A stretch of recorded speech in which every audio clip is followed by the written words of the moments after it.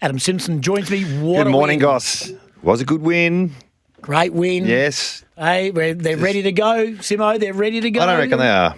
I reckon the supporters are just going, yep, just tick that box and we'll keep moving on. So you think Fremantle fans are Yes. keeping a lid on it? Yes, they should. Are they? They will. I reckon they've grown up. I reckon they've grown up. Fremantle fans, your chance today, 0487 736 736. This is not the grand final. Calm down. This is a great win on the road. In a game they probably shouldn't have won with the stats. So I think if they want to jump a few levels of progression, take this in your stride. There you go. I want to go back 15 seconds. A game they shouldn't have won if you look at the stats. Yeah. That's fair enough. What do you mean? Well, Are we going to dig down already? no, we don't have to dig down. We can do that later. Am I allowed to have an opinion? Can you get that Freo off the brow? I thought it was one of the great coaching calm Masterclasses. performances. Absolutely. Right. The MCG against the top of the table, Collingwood. Yes. And by a you're point. saying keep a lid on it? Yes. Why not? Why not buck the trend and just calm down? Unless that's the grand final. They've got the Derby this week, mate. They could rest about 8 of them. Yeah, what's that got to do with anything? Well, I'm just saying, enjoy it. Yeah. I mean, I'm all for enjoying it. Absolutely. Yeah. But if they've got bigger plans. This is a bucket list ticket. Yeah, we've won at the G. We've beaten Collingwood. We've played well. Locked away final. Possibly locked away final. Wouldn't just go straight there, but they've still got to win their games. And look, they play that game 10 times. They might not win 4 of them with the numbers. You and your numbers. Sometimes I think the numbers cloud your judgment. So you think there's some numbers that suggest they might have bucked the trend against the numbers. Like what? Roughly. Okay. We can reheat the soup after 7, but give us that now because you've now got my attention. Well, I haven't got the stats in front of me. I'll have to find them. Morning, but boys. There's some big stats there. Okay, In you terms can do of that. forward half entries, they had less scoring shots. They had 35 tackles in the front half. They couldn't get it inside 50. They had like 40 inside 50s or something. You know, So why did they win then? because they were defended like their lives depended on it. And they're back. And we've had games like this at West Coast where we concede 60 inside 50s and we get 40 ourselves. But McGovern and Barrash just saved the day. So I thought their back six has been tremendous in this 7-week patch because I don't think it's been the mids, other than Sarong, who they didn't tag for 2 weeks in a row. So I thought the leadership is what Longy's done well, not the coaching. The coaching's probably there, but what he's empowered and whatever they've done off field during the weeks, months, years of how to groom Sarong to stand up in the last quarter, how to get Ryan to play on, smalls and talls, how to get a back six to play together and just hold the fort for a quarter because the mids aren't getting it done. All that stuff, that's not a coaching masterclass, that's system. So that wouldn't be, and yeah, I'm happy to bang on about system because I truly believe that's what stands up. But Collingwood, they're not going out of this game going, geez, that was a stinker, are they? Well, it makes them vulnerable all of a sudden, doesn't it? All of a sudden, they haven't locked away the top 2, so I'm not exactly sure where they stand. So at the moment, Collingwood now is only 2 points clear of Brisbane. Yeah. And they're only a game clear of Adelaide inferior percentage. Yeah. So, I mean, so some of the numbers, they lost by a point, Collingwood, at home, and, every game they play is at home. So don't worry, I'm not underplaying the win. I'm just saying it wasn't a clinical performance. It was just one from the clouds, which I've been a part of, and Freo haven't been a part of many. Where it's like if they're meant to win, they win. If they're meant to lose, because of some of the things they chase on the paper. So you think, again, I don't want to put words in your mouth. I don't want to put words in your mouth, but I want to get clarification on this. Okay, look, so 63 inside 50s to 40. All right, Collingwood's had 86 tackles. Fremantle, who had 100 last week, had 65. So already those type of... Collingwood had 38 forward half turnovers. Fremantle had 16. So these things don't stack up. I'm telling you now, if they play like that every week, they won't win as many games as they lose. But what a gutsy win. So, You go home, and look, I reckon this happened back in the day in 17, so before 18, where you go to Adelaide, you shouldn't win.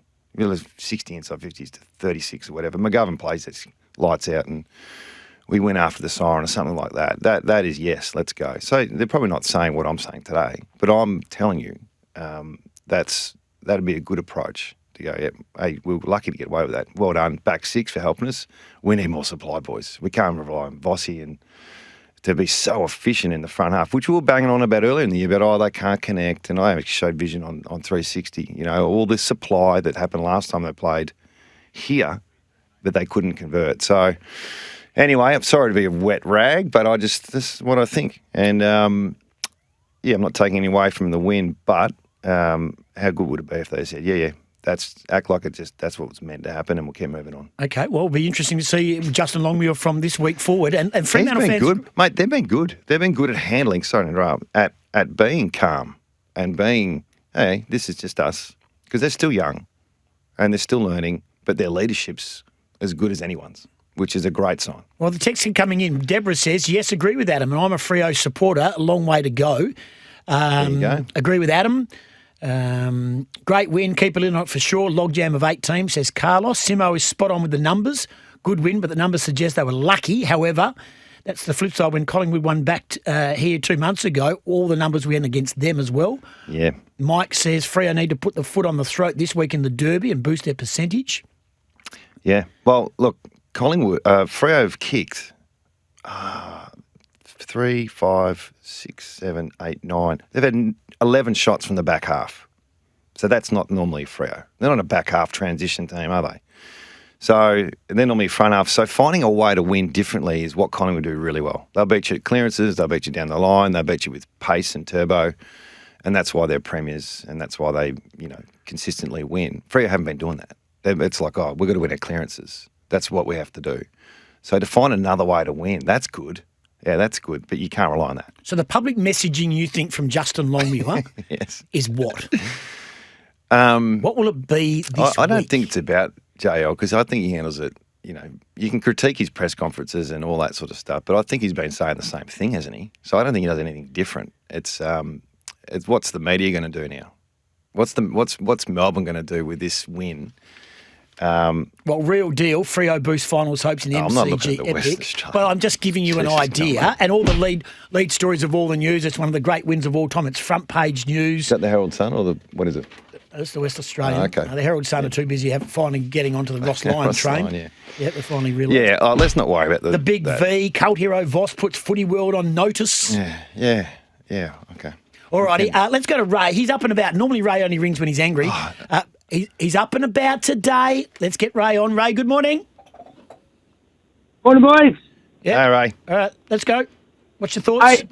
Yeah, definitely. Keep a lid on it, but the significance of 23 beating 27 cannot be downplayed. Come on, Ray. I thought we were only ringing Ray when we lost. There you go, Simmo. No. 2 seconds. Adam, you're an ex-coach. 2 seconds. I'll pick out 4 decisions. Oscar McDonald, chase down tackle, paid in the back. That's not Carl too... Warner, yeah, but that's never paid, Adam. Mate, midfielders sit on top of midfielders at a stoppage, and that's not in the back. What would you like to... What's your point? Ray? It's not about the bad decisions, because umpires are bad every week and every game. Yeah. It's about where those decisions are paid. I'm not sure what the point is, Braden mate. Maynard... Yeah, but the point is, at certain times when the game's in the balance, Collingwood were gifted significant free kicks that weren't paid during West Coast game, that weren't paid during the Brisbane game, and it's about where they're paid. All right. McDonald is an honest chase down tackle, and it's paid in the back, but it's never ever paid in the back anywhere else. All right. Well, you They understand. had a good run, and the win. Yep. The win can't be downplayed, boys. But keep a lid on it. All right, yeah, exactly right. But the point is, he's basically saying, and look, I know we were on a group chat yesterday, and you were talking more about the win. And a mate of mine was umpiring the game yesterday, and I felt he was. Yeah, Brett Roseberry is a good friend of mine. Rosie, I think, is the best umpire by a mile. And Right. I every incident I looked at, I was trying to work out whether he was involved in it. It was a tough day at the office for the umpires for both teams. I thought they really had some bad moments For yesterday. both teams? Just Yeah, Freo. late Collingwood. I think Collingwood got the rough end of the pineapple late, but I think Fremantle got the rough end early. Anyway, If they're consistently bad, then that's consistent, I suppose. yeah. I don't think there's any guys out there, and don't worry, there's no conspiracy theories. No. Sometimes there's a crowd bias. It feels like that, doesn't it? When the crowd's going off, and then there's a free kick. What's that for? And then there's mistakes. So it is the last thing I look at, really. I know. Justin Longmuir actually said, though, they get the rubber. He said it was very hard to umpire. In fact, he said very hard to play when the crowd is against you like that, an umpire. He said, but Fremantle and West Coast get that in Perth. Yeah, get it every second week. So, where does Collingwood sit with free kicks for the league? There you go, Chris. Find that one out. We'll get that in a moment. Slippy says, take the purple glasses off, Ray. You won. Enjoy it. Daryl says, I see yesterday as part of a title run-in. It was an 8-pointer for the ultimate goal of the finals. It was a brave win in the cauldron. Pies pressure, umpire free kick bewilderment, and came out on top. So there you go. I like it, please. Yeah, well, look, it was a great game. It was really entertaining, sitting there watching it and seeing, just hang in there. And in the last quarter, I don't know if they changed too much, Fremantle chasing I don't know if they were any quicker or slower. I heard, we'll talk about Fly later on. But I just thought they hung in there. And then their leadership, the good players played well in the last, and they were efficient all day, They front half dominance with scoring efficiency was around 50%, and, Collingwood was in the mid-30s. So big difference in the front ends, wasn't it? Love the text coming in. The scoreboard flattered us yesterday, but it was still a great win. I agree with Ray. Umpires were questionable. Free kick to Maynard after pushing Murphy into the interchange bench. And the commentators on Fox were disgustingly biased. Wow. That'll get back. And lots of other good text. Harlem says, morning, gents. Gutsy win by Freo. The back line was huge. Yep. Keeps it simple. Go back to bed, Professor Buzzkill. Just evens it up from when Collingwood won when they shouldn't have earlier in the year. Am I Professor Buzzkill? Yeah, that's you. Rightio. And after a big win, even Ray can find something to whinge about. Never change, Ray, says Brendan. What did the boys think about the descent free kick against Warner? Oh, and he pointed to this, I haven't seen that too often, have we? But I haven't seen too many people point at the scoreboard lately either. But Maynard's pointed it 3 times a game. Does he? Yeah. Okay. And he does it in a, look at that. But I think the umpire was sweating on Warner to do it. It wasn't necessary, was it? It came out of nowhere. The pointing at the board or the umpire's decision? I just, the umpiring conversation doesn't excite me. I know it doesn't, Adam. Yep. I know it doesn't, but I think it does the fans. There was one yesterday that got under my grill. Continue. Dacos takes a mark in the back half. Yep. He points at the mark, and Tracy runs to the mark and was 1 metre shy of that mark. And the umpire paid 50 metres. Wasn't outside 5. Umpire didn't gesticulate or anything like that. You don't hear him say outside 5. 50 metres. They are game killers. And if that's a grand final, they don't get off the ground. No. Well, they're probably not umpiring the grand final, that crew, are they? There's Brett Mine. Yeah. So, I've said this before. I'm not standing up for the umpires. I just don't care as much as other people. All righty, what about this? We haven't won anything yet. It is time just to keep doing the fundamentals, clearance, transition, match with forward efficiency. Young could be the wild card heading into the last couple of games. But there was some criticism in the commentary about how long it took for him to get on, but do you think it was the right move? Yeah, there's a lot of criticism everywhere, isn't there? Yep. And everyone knows how to coach a side except for the coach these days. So I thought the strategy of keeping him as a sub was a good decision. Did it with Fife, didn't they? And it's worked. So they didn't. The worry is you get an injury in the first 5 minutes, and then you got to come in and play someone who hasn't played for 10 or so weeks. But they didn't have to worry about that. He came on, did a couple of good things, and he gets a full game next week. So that was mission accomplished as well. No injuries yesterday? Yes, Johnson. Oh, that's right. What did he do? Yeah, I think he broke his foot. Oh, did he? He looks in a pretty bad way. All righty, Fremantle by a point over Collingwood. Craig McRae is concerned about whether they've lost their spark or not. Managing those moments will be forever something we need to do. And, if the scoreboard's an indication, we haven't managed it well enough. I think we've lost 3 close games this year, one the Cats and then those 2. Have we lost our spark? Well, you'd hope not. But reality is we'll keep getting better at it. I thought last week when we went into a had to win the game phase, it looked pretty good for us. So I think that's still there. And the desperation and excitement for late in the game, you have a look at some of those contests where the ball's spilling out. I thought we did a lot of the things right. I'd argue defensively we didn't do the same. So, rather learn these lessons now. Hey, Simmo, did you, and you've probably seen this, and everyone's been talking about it for a while, but I saw it yesterday for the very first time and I watched it again today. Is there the Collingwood way of trying to keep the ball alive. When Fremantle had the ball, they back off their tackles. They touched them and Didn't want to stop. they don't want the stoppage. So No, I they're waiting noticed for that. Fremantle to use Look, it. if that's a strategy, I never thought about that. For 2 minutes it happens, and they go, and what happens is the players around, so there's about 8 Collingwood players around, and Brayshaw's over the footy, and all the other players, even standing around, they all throw their arms back, even not just the tackler, but everyone else around. If it's deliberate, it's pretty smart, it's isn't it? very clever. Yeah. But, that's 2 weeks in a row. I know he said last week looked good when they chased the game, but they lost. They chased the game, then they conceded the last 2 goals and got beaten by Gold Coast. And this week, they didn't do what they normally do. It's always tough when you dance so close to the line with these close games. So I don't say they've been worked out at all, but their 2-minute drill, that hasn't worked the last 2 weeks. It can't work every week either. So I think he said defensively was the bit that let them down. And from a Fremantle point of view, we spoke about this earlier in the show, mate, but to win with the numbers stacked so far against them was a great win for the defence of Fremantle. And I don't care about ball movement in terms of speed and that sort of stuff.